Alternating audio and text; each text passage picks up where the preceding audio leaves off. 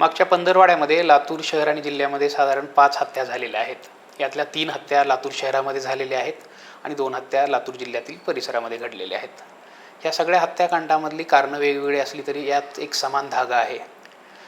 तो समान धागा काय आहे तर लोक थोड्या थोड्या कारणासाठी किंवा इतकं महत्त्वाचं किंवा फार मोठं कारण नसतानाही हत्या का करायला लागलीत, नेमकी त्यामागची मानसिकता काय, ही कारणं जाणून घेण्यासाठी आम्ही आज लातूरमध्ये आहोत. आणि लातूरमध्ये माझ्यासोबत स्क्रीनमध्ये आपण ज्यांना पाहताय ते लातूरचे प्रसिद्ध असे मानसोपचार तज्ज्ञ आहेत. डॉक्टर मिलिंद पोद्दार माझ्यासोबत आहेत आणि त्यांच्याशी मी हत्या करताना काय मानसिकता होते, कुठल्या मानसिकतेतनं लोक इतकी हिंसक होत आहेत, हे एखाद्याला संपवावं वाटतं, ह्या सगळ्या कारणावर आणि त्यांच्या उपायावर चर्चा करण्याचा प्रयत्न करणार आहे. सर, स्वागत आहे भारत सत्तामध्ये आपलं. खूप खूप नमस्कार. जसं मी उल्लेख केला की 5 हत्या मागच्या पंधरवड्यात आणि 20 दिवसाच्या काळात आपल्या परिसरामध्ये घडलेल्या आहेत आणि यातल्या 2 अवेअरच असाल आपण या सगळ्यांबाबतीत. नेमकी हत्या करण्याची मानसिकता काय असते सर? का इतके माणसं हिंसक होत आहेत? बरं, ह्या सगळ्यातली कारणं फार मेजर नाही आहेत जी समोर आलेली आहेत अद्यापपर्यंत, पण तरी एका झटक्यात लोक का हा निर्णय घेतात इतका टोकाचा? तसं खरं तर ह्या सगळ्या गोष्टींचं एक ठराविक ठोकळेबाज उत्तर देणं अवघडच गोष्ट आहे. पण जनरली काय, जेव्हा गुन्हे होतात ना, तर गुन्हे होत असताना त्याचं एक 2 पद्धतीनं आपल्याला वर्गीकरण करता येतं. की काही जे असतात ते सराईत गुन्हेगार असतात, की ज्याला मी म्हणतो की त्यांचा माइंडसेट हा क्रिमिनल असतो. आमच्या मानसशास्त्रामध्ये ज्या वेगवेगळ्या पर्सनॅलिटीज असतात, व्यक्तिमत्व असतात, त्यात एक पर्सनॅलिटी डिसऑर्डर्सच्या ह्याच्यामध्ये एक disorder anti social personality disorder असं नावाचा एक डिसऑर्डर आहे, की ज्याच्यामध्ये त्या व्यक्तीची स्वभाव किंवा पर्सनॅलिटीज अशी असते की तो गुन्हेगारीला प्रवृत्त होतो आणि त्याला गुन्हे करण्यामध्ये कुठलाही गिल्ट येत नाही, म्हणजे त्याला अपराधभाव येत नाही. म्हणजे नॉर्मल साध्या माणसाला असं म्हणतो की आपल्याकडून कुणाला धक्का लागला किंवा आपल्याकडून चुकून एखाद्याचं नुकसान झालं तर अरे सॉरी, हे तो जो गिल्ट आहे तर तो गिल्ट नसणं आणि इनफॅक्ट एखादं समाजविघातक किंवा कायद्याच्या विरोधी कृत्य करण्यामध्ये एक आनंद मिळणं, अशी वृत्ती असणारे लोक हे अँटी सोशल पर्सनॅलिटी डिसऑर्डरमध्ये येतात. आणि मग अशा व्यक्ती गुन्हेगार होण्याचं किंवा गुन्हेगारी कृत्यांमध्ये आनंद घेण्यासाठी किंवा त्या पद्धतीनं वागण्याचं, जगण्याची स्टाईल त्यांची असू शकते. तर हा एक प्रकारचा गुन्हेगार असतो. प्लेजर वाटतो, प्लेजर वाटतो, भारी फील होतं. आणि दुसरे जे असतात की तात्कालिक कारणांनी झालेले गुन्हे, की त्या वेळेला घडलेली घटना आणि त्या वेळेला अशा इमोशन्समध्ये जाणं, टोकाच्या नकारात्मक इमोशन्समध्ये जाणं आणि त्याच्या प्रभावाखाली हातून एखादं नकारात्मक टोकाचं कृत्य घडणं, मग ते एखाद्याला मारहाण करणं असेल किंवा खून होण्यापर्यंत असेल, म्हणजे ज्याच्यामध्ये प्रायमरी तो इंटेंट नसतो की मला हे करायचं आहे, पण त्या इमोशन्सच्या प्रभावाखाली ते कृत्य घडतात.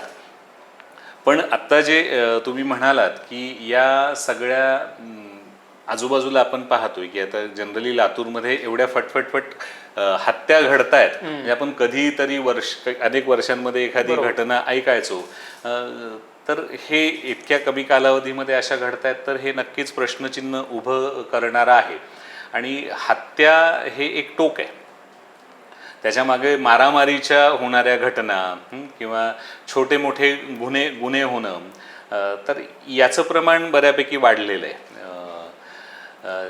तर त्याच्यामुळे या सगळ्या गोष्टींचा विचार करताना काय कारणं घडलेली आहेत की ज्याच्यामधून अशा वृत्ती जन्माला येतात किंवा अशा टोकाची पावलं उचलण्या इतकं, म्हणजे क्षुल्लक, म्हणजे जसं आता एखादा ॲक्सिडेंट झाला आणि मग आपण त्याच्यासाठी मारामारी झाली तर ठीक आहे, मारहाण होणं इथपर्यंत समोरच्याला धडा शिकवण्यासाठी आपण समजू शकतो, पण खुनापर्यंत गोष्टी जाणं हे थोडंसं विचित्र आहे. किंवा प्रेम प्रकरणांमधून हत्या होतात, याच्यापूर्वीही अनेक घडलेल्या आहेत. एवढ्या टोकाला माणसं का जातात याचा विचार नक्कीच होणं गरजेचं आहे. आणि म्हणजे बघा कसं पूर्वी ना आपण म्हणायचं की कुठलेही गुन्हे घडतात ते जर जोरू आणि जमीन ह्या गोष्टींसाठी जनरली गुन्हे व्हायचे, घडतात. बरोबर. म्हणजे स्त्री, हो. पैसा आणि जमिनीची पॉवरसाठी, हां. हे याच्यासाठी किंवा पॉवरसाठी त्या गोष्टी घडतात. आता तुम्ही पॉवर हा शब्द म्हणाला तर माझं वर्चस्व. वर्चस्व असणं. आता काय माहिती आहे की एक सायकोलॉजीमध्ये परत एक नीड फॉर पॉवर नावाची एक टर्मिनॉलॉजी आहे आणि आपल्या प्रत्येकाला ना आपल्या स्वतःला सिद्ध करायचं असतं, काहीतरी मी करून दाखवलं, आणि हे आपल्या स्वतःच्या मानसिक स्वास्थ्यासाठी सुद्धा गरजेचं असतं. पण ही नीड फॉर पॉवर म्हणजे मी एखादं मोठं शिक्षण घेणं, मी असं मोठं हॉस्पिटल उभं करणं, एखादी एम्पायर उभं करणं, एखादी मोठी इंडस्ट्री चालवणं किंवा पॉझिटिव्ह करणं. तर हे सुद्धा नीड फॉर पॉवर सॅटिस्फाय करणारीच गोष्ट आहे. पण ही पॉझिटिव्ह वेनं नीड फॉर पॉवर सॅटिस्फाय करणारी गोष्ट आहे. निगेटिव्ह वेनं नीड फॉर पॉवर म्हणजे ज्यावेळेस तुम्हाला त्या रस्त्यावर जात नाही तर मग दुसरे की कुठंतरी मी सुपेरियर आहे हे स्वतःला आणि इतरांना सिद्ध करण्यासाठीचं ॲग्रेशन, या गोष्टी सुद्धा एक मार्ग असतो त्या नीड फॉर पॉवर सॅटिस्फाय करण्याचा. तर ती कुठंतरी वाढीस लागलेली आहे काय निगेटिव्ह वृत्ती, असा पण आपल्याला एक समाज म्हणून सगळ्यांनाच विचार करण्याची वेळ आलेली आहे असं मला वाटतं. कारण कसं आहे की एक आपल्या सगळ्यांना ना, म्हणजे आम्ही असंही म्हणतो की सायकोलॉजीमध्ये ॲग्रेशन याला बेसिक इन्स्टिंक्ट म्हटलेलं आहे. म्हणजे आपण आपल्या प्रत्येक व्यक्तीमध्ये एक ॲग्रेशन आहे आणि आपल्याला ते ॲग्रेशन व्यक्त करायचं असतं वेगवेगळ्या पद्धतीनं किंवा ते होत असतं वेगवेगळ्या पद्धतीनं. पण माणसाचं सुसंस्कृत होणं हे जे काही आपण म्हणतो, तर ते सुसंस्कृत होणं म्हणजे काय की त्याने एक नैतिक जबाबदारी व्यक्ती म्हणून, कुटुंबाचा सदस्य म्हणून, समाजाचा सदस्य म्हणून आणि देशाचा सदस्य म्हणून एक स्वीकारलेली असते. आणि ती जबाबदारी स्वीकारून मग आपण जे काही समाजानं घालून दिलेली बंधनं असतात ते पाळण्यासाठी स्वतःला तयार करत असतो. आणि मग याच्यामध्ये आपण त्या ॲग्रेशनला सप्रेस करतो किंवा योग्य पद्धतीनं ते ॲग्रेशन एक्सप्रेस करण्याचा प्रयत्न करतो. पण आजकाल ते ॲग्रेशन चुकीच्या पद्धतीनं वाढताना दिसतंय. म्हणजे तसं बघितलं तर आजकाल आपण सगळे की मुलांमध्ये सुद्धा ॲग्रेशन वाढत चाललंय. म्हणजे आजकालची मुलं पूर्वीच्या जनरेशनच्या मुलांपेक्षा खूप जास्त ॲग्रेसिव्ह झाली आहेत. अगदी छोट्या छोट्या कारणासाठी, हातात मोबाईल नाही आला तर त्यासाठी तोडफोड करणं, फेकाफेक करणं, आईवडिलांच्या अंगावर जाणं, असे सुद्धा आजकाल आपल्याला घटना दिसून येतात. तर हे सगळं बदलत चाललेलं एक सामाजिक वातावरण आहे आणि एकंदरीत समाजाची मानसिकता बदलत जाणं याच्यामागे कारणीभूत आहे असं मला वाटतं. तर त्याला अनेक कारणं आहेत खरं तर. म्हणजे एकंदरीतच आपला जो फ्रस्ट्रेशन टॉलरन्स आहे तो कमी होत चाललाय.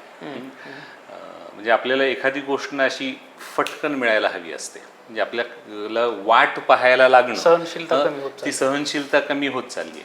म्हणजे हे फक्त गुन्हेगारी वृत्तीच नाही, एकंदरीतच आपली सहनशीलता कमी होत चालली आणि त्याचं एक्सप्रेशन आपल्याला आजच्या मुलांच्या बिहेवियरमध्ये हळूहळू जाणवायला लागलं आहे. म्हणजे यश मिळताना ते यश टप्प्याटप्प्यानं 20-25 वर्ष काम केल्यानंतर मिळण्याच्या ऐवजी मला नाही तेच यश 2 वर्षात, 3 वर्षात, 4 वर्षात मिळालं पाहिजे असं वाटायला लागलं. आणि मग त्याच्यासाठी जे काही मार्ग अवलंबायचे असतात तर ते मार्ग अवलंबताना ते प्रत्येक वेळेला नैतिकच असले पाहिजेत.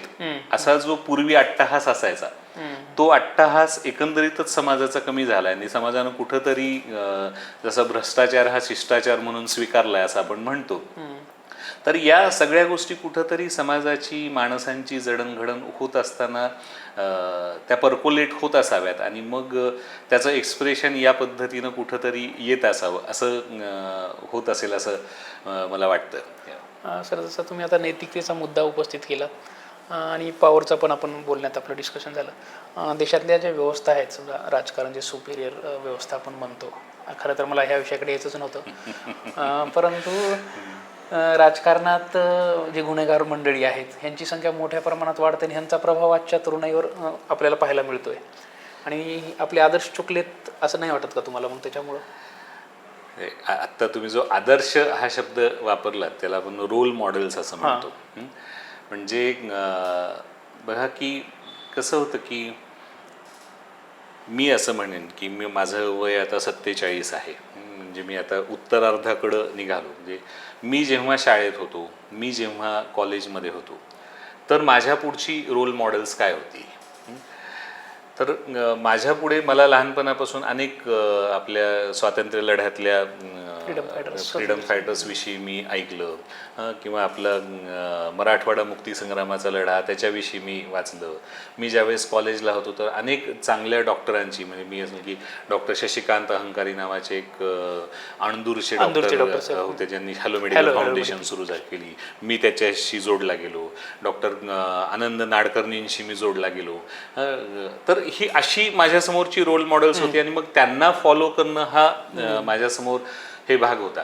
किंवा इव्हन असं म्हण की मीडियामध्ये तो काळ होता तो अमिताभ बच्चन भरामध्ये असणारा काळ होता ज्यावेळेस मी शाळेत किंवा कॉलेजमध्ये, नंतर कॉलेजमध्ये अजून नवीन पुढची पिढी यायला लागली.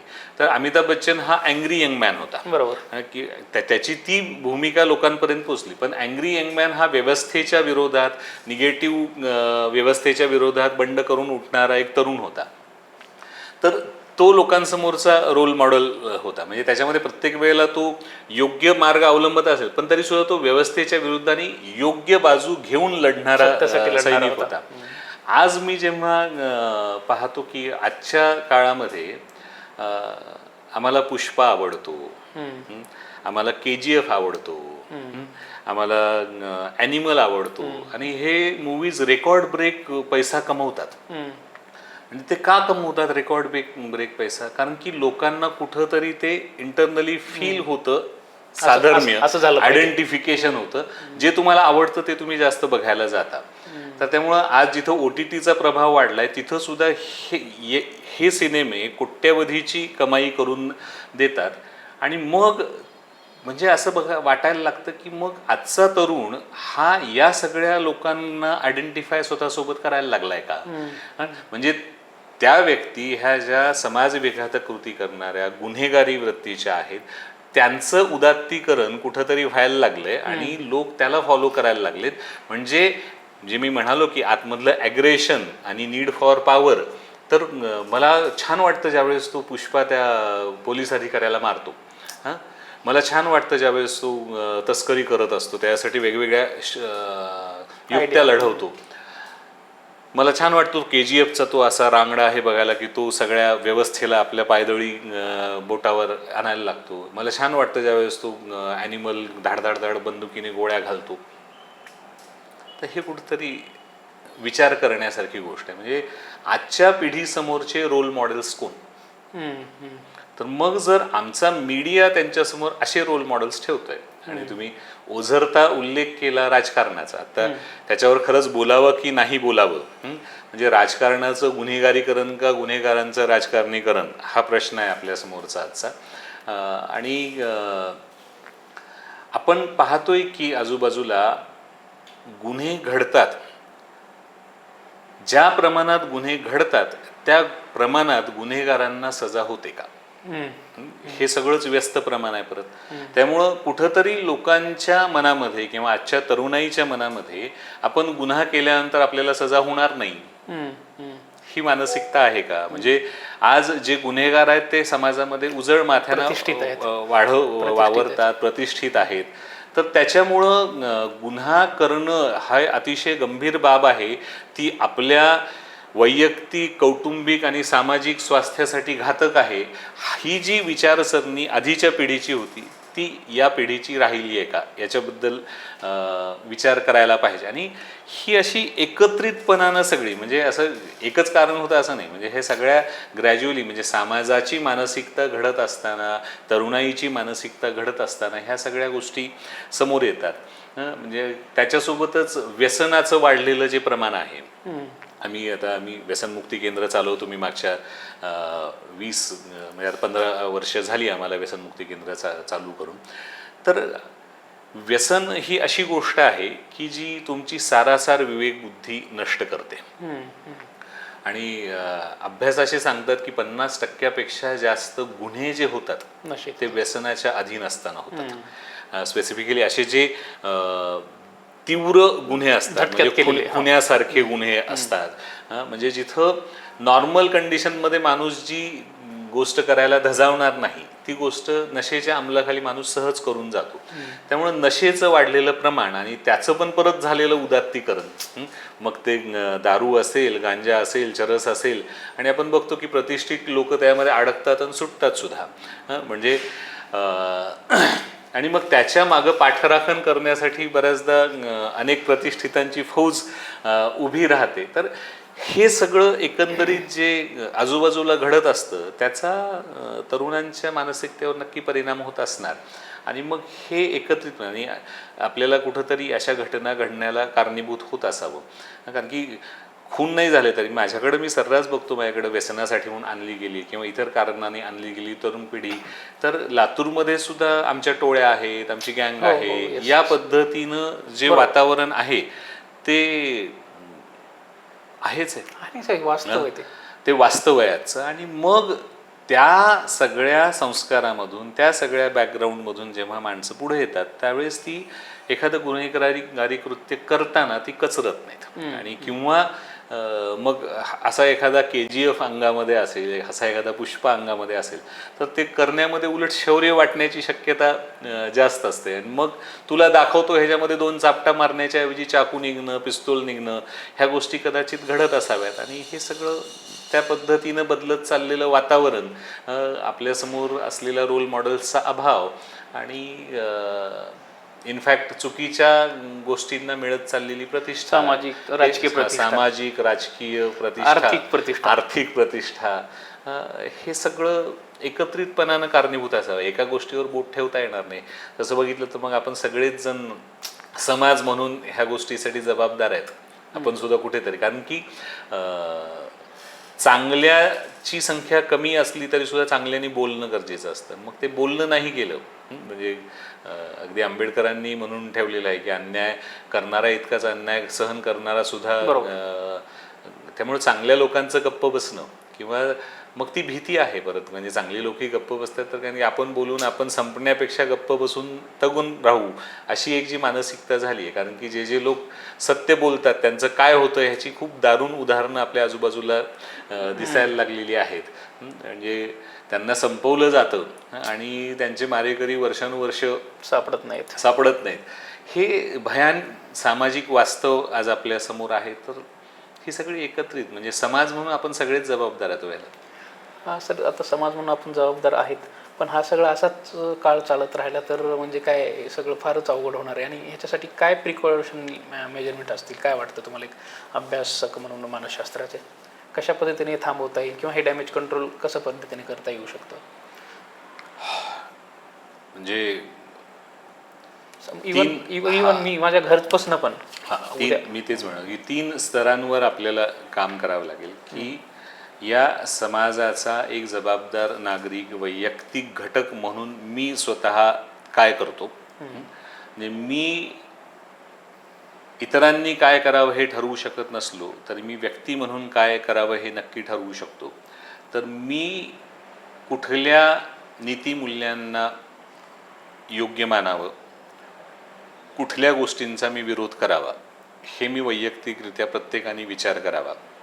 कारण की या सगळ्या गोष्टींची फळं आज ना उद्या आपल्याला सगळ्यांना भोगावी लागणार आहेत. म्हणजे उद्या मला 2 मुली आहेत तर त्या आज शाळेमध्ये आहेत, तर त्यामुळं त्या ह्या समाजाचा भाग म्हणून, घटक म्हणून वावरणार आहेत. तर ह्या समाजामध्ये त्या सुरक्षित असणार आहेत का, हा जसा मी पालक म्हणून विचार केला पाहिजे तर तो प्रत्येक पालकांनी विचार केला पाहिजे की मला काय सामाजिक वातावरणामध्ये माझ्या मुलांना वाढवायचं आहे. दुसरं की माझ्या घरापर्यंत मी काय काय व्हॅल्यूज नेणार आहे, मी कुठल्या गोष्टींना योग्य मानतो, कुठल्या गोष्टींना अयोग्य मानतो, याचा माझ्या मुलांवर, माझ्या भावंडांवर परिणाम होत असतो.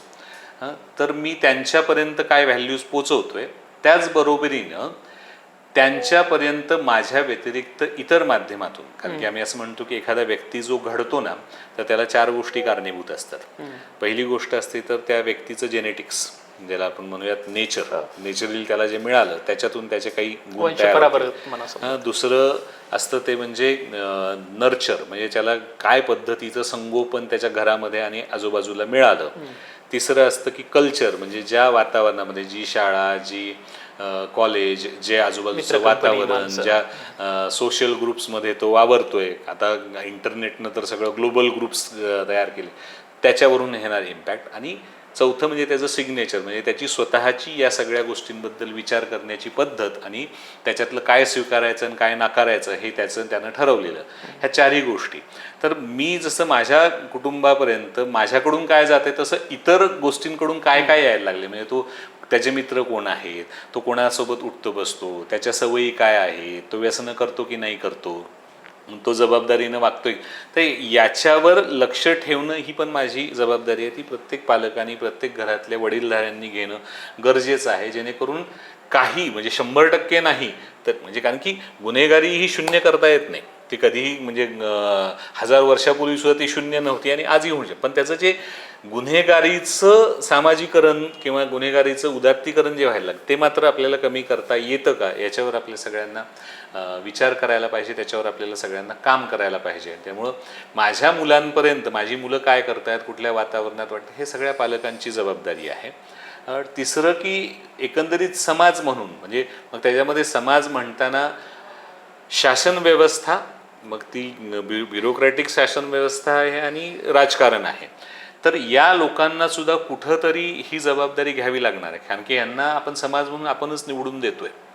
त्यामुळं गुन्हेगार जर मला गुन्हेगारी करताना नको आहेत तर त्या गुन्हेगारांना मी सत्तेवर बसवणार आहे का, नेता मला कसा हवा आहे, हे आपल्याला शेवटी ठरवावं लागणार आहे. त्यामुळं बऱ्याचदा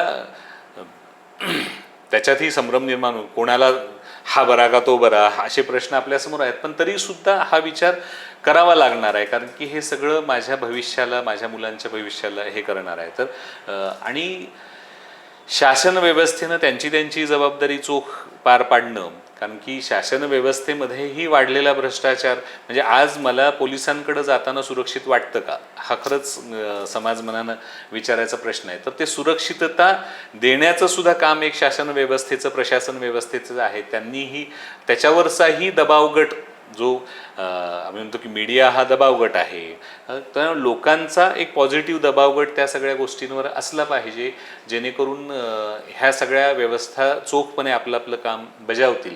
त्या अगदीच बजावत नाही असं नाही आहे, पण त्याच्यामध्ये अजून सुधारणा होण्याला नेहमीच वाव असतो. कायदे म्हणजे गुन्हा केल्यानंतर सजा होते आणि गंभीर गुन्हा केल्यानंतर गंभीर सजा होते, आपल्याला आपल्या आयुष्याची किंमत मोजावी लागू शकते, ही उदाहरणंच लोकांसमोर खूप कमी आहेत. म्हणजे वर्षानुवर्ष खटले प्रलंबित राहतात.